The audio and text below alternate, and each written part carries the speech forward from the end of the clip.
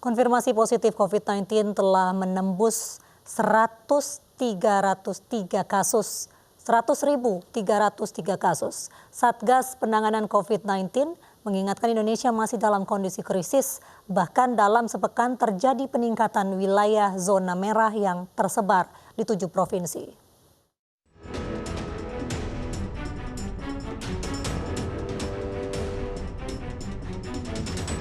Konfirmasi positif COVID-19 telah menembus 100.303 kasus. Indonesia berada di urutan 142 dari 215 negara di dunia, sementara di Asia, Indonesia berada di urutan ke-28 dari 49 negara. Dengan jumlah kasus ini, Satgas Penanganan COVID-19 mengingatkan Indonesia masih dalam kondisi krisis.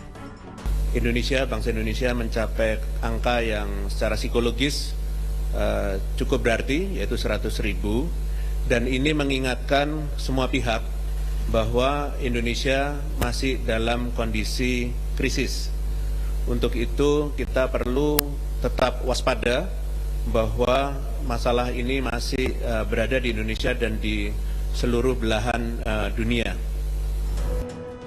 Apalagi dalam sepekan terakhir terjadi kenaikan jumlah zonasi risiko dari 6,81% menjadi 10,31%. Jumlah kabupaten kota yang masuk zona merah pun bertambah dari 34 menjadi 53 zona merah yang tersebar di DKI Jakarta, Jawa Tengah, Jawa Timur, Kalimantan Selatan, Nusa Tenggara Barat, Papua, dan Sumatera Utara. Satgas Penanganan COVID-19 pun mendata penularan COVID terjadi di klaster pasar dan pelelangan ikan, lokal transmisi, fasilitas kesehatan, tempat seminar, pusat perbelanjaan atau mal, tempat ibadah, dan klaster yang semakin meningkat kasus positifnya di perkantoran. Melihat konfirmasi COVID-19 yang semakin meningkat, membuat warga khawatir. Agak mengkhawatirkan sih ya sebenarnya, tapi kalau selama kita menjaga protokol kesehatan dengan baik, ya insya Allah lah bisa berkurang gitu. Makin ini sih bikin takut juga sebenarnya gitu. Apalagi orang kantoran ya, sebenarnya di kantor masih protokol kesehatannya masih kurang sih sebenarnya. Ya saya sih berharap semoga kita semua bisa sama-sama saling bahu-membahu biar angkanya nggak makin nambah terus.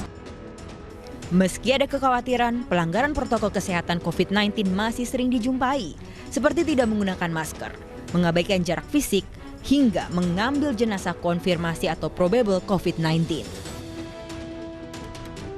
Pemerintah pun berupaya untuk menekan penurunan kasus meninggal, mengendalikan kasus baru, dan meningkatkan angka kesembuhan. Tim Liputan iNews melaporkan.